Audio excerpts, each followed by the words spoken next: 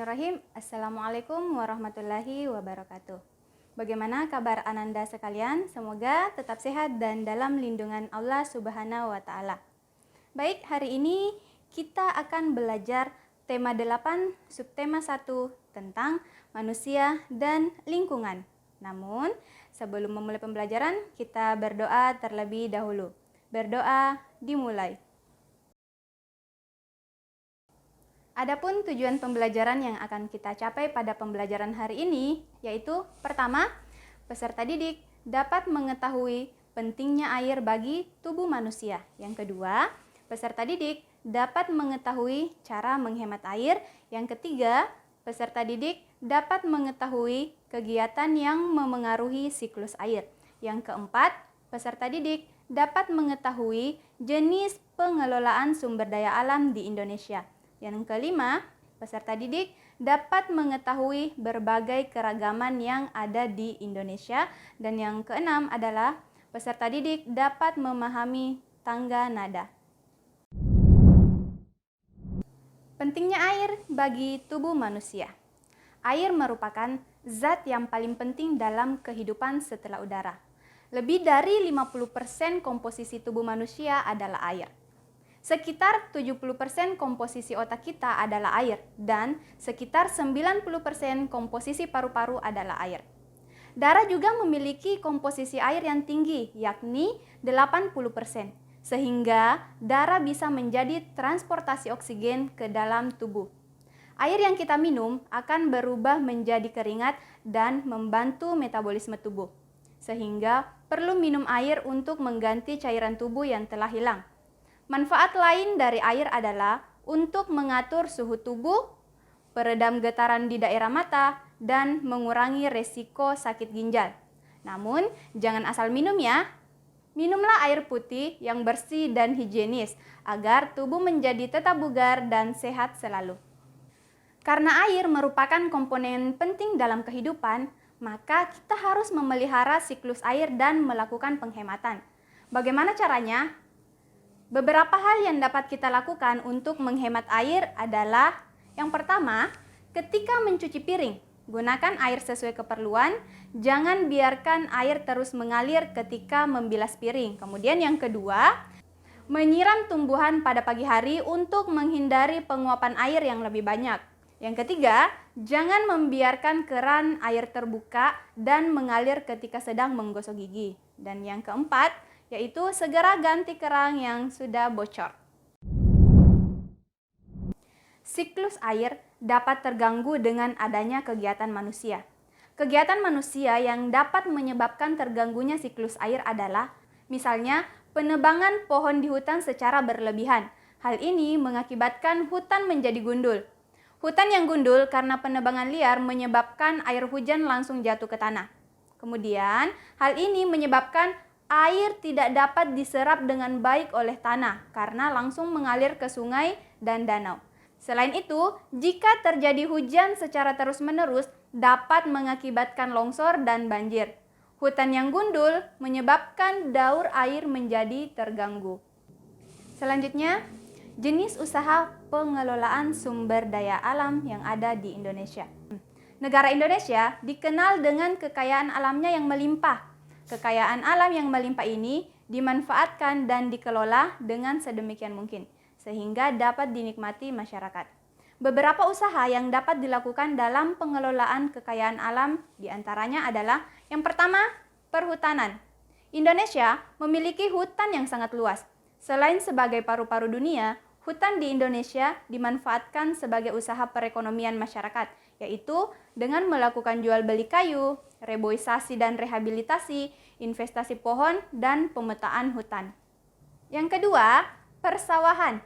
Melalui usaha persawahan, kebutuhan beras masyarakat bisa terpenuhi. Selain itu, bisa membuka lapangan pekerjaan dan peluang budidaya padi bagi petani. Yang ketiga, perkebunan. Hasil perkebunan yang banyak dihasilkan di Indonesia adalah teh, tebu, tembakau, dan sebagainya. Selain itu, usaha perkebunan bisa dijadikan sebagai objek wisata, budidaya tanaman organik, atau usaha industri hasil perkebunan. Kemudian yang keempat, peternakan. Ada banyak hewan ternak yang dijadikan usaha peternakan, misalnya ternak sapi, kambing, domba, ayam, dan sebagainya. Dan yang kelima adalah perikanan. Usaha perikanan dibagi dalam 3 bidang, yaitu usaha perikanan budidaya atau biasa disebut aquakultural, usaha perikanan tangkap, dan usaha perikanan pengolahan. Selanjutnya, keanekaragaman kekayaan alam di Indonesia. Indonesia memiliki keanekaragaman kekayaan alam. Kekayaan alam di Indonesia dapat mendongkrak perekonomian Indonesia yang akhirnya dapat meningkatkan kesejahteraan bangsa Indonesia. Berikut beberapa kekayaan alam yang dimiliki Indonesia. Yang pertama, tambang emas kualitas terbaik di dunia. Yang kedua, cadangan gas alam terbesar di dunia. Yang ketiga, tambang batu bara terbesar di dunia. Yang keempat, kesuburan tanah terbaik di dunia. Yang kelima, kekayaan bawah laut yang melimpah ruah. Yang keenam, hutan hujan tropis terbesar di dunia. Dan yang ketujuh, memiliki fauna langka. Berikutnya, keragaman pakaian adat di Indonesia. Indonesia memiliki beragam pakaian adat yang unik dan berbeda. Pakaian adat tersebut menunjukkan ciri khas dari setiap daerahnya. Biasanya, pakaian adat digunakan ketika melaksanakan acara keadatan, seperti pada acara pernikahan. Nah, adapun beberapa pakaian adat yang ada di Indonesia diantaranya. Yang pertama, pakaian adat Bangka Belitung. Kemudian yang kedua, pakaian adat Kalimantan Timur. Dan yang ketiga, pakaian adat Bali. Berikutnya, keragaman Indonesia. Keragaman bahasa, keragaman adat istiadat, dan suku menjadi kekuatan bagi Indonesia. Oleh sebab itu, menjaga eksistensi adat istiadat dan budaya secara tidak langsung juga ikut menjaga persatuan dan kesatuan nasional. Bangsa Indonesia kuat karena Bhinneka Tunggal Ika. Bhinneka Tunggal Ika berarti walaupun berbeda-beda tetapi tetap satu. Meskipun Indonesia mempunyai begitu banyak suku bangsa, bahasa, dan kebiasaan adat yang berbeda-beda, namun bangsa Indonesia dapat bersatu sehingga menjadi negara yang kuat. Sebagai contoh keragaman di Indonesia, suku Batak mempunyai karakteristik yang dinamis, kemudian terus terang dalam berbicara. Sementara itu, suku Padang terkenal indah dalam berbahasa dan santun dengan segala kearifannya. Selanjutnya, masyarakat Nusa Tenggara Timur yang terkenal dengan kerja kerasnya di perantauan. Selanjutnya yaitu tentang tangga nada. Tangga nada diatonis adalah tangga nada yang mempunyai dua jarak tangga nada, yaitu 1 dan setengah. Tangga nada diatonis terdiri atas tangga nada diatonis mayor dan tangga nada diatonis minor. Tangga nada mayor adalah tangga nada diatonis yang susunan nada-nadanya berjarak 1, 1, 1/2, 1, 1, 1, 1/2.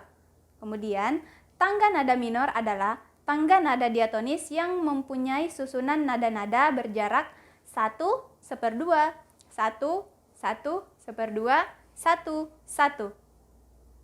Air hujan adalah rahmat dan rezeki yang diturunkan Allah bagi makhluknya, di mana hujan turun untuk menyediakan air minum dan menumbuhkan padang rumput hijau bagi binatang ternak yang juga menjadi sumber makanan bagi manusia. Sebagaimana Allah berfirman dalam surah An-Nahl ayat 10 yang artinya, Dialah yang telah menurunkan air hujan dari langit untuk kamu. Sebagiannya menjadi minuman dan sebagiannya menyuburkan tumbuhan. Padanya kamu mengembalakan ternakmu.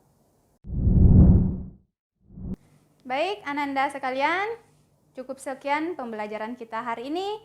Mari kita tutup dengan membaca hamdalah dan doa kafaratul majelis. Alhamdulillahirrabbilalamin, subhanakallahumma wa bihamdik, asyhadu an la ilaha illa anta, astaghfiruka wa atubu ilaik.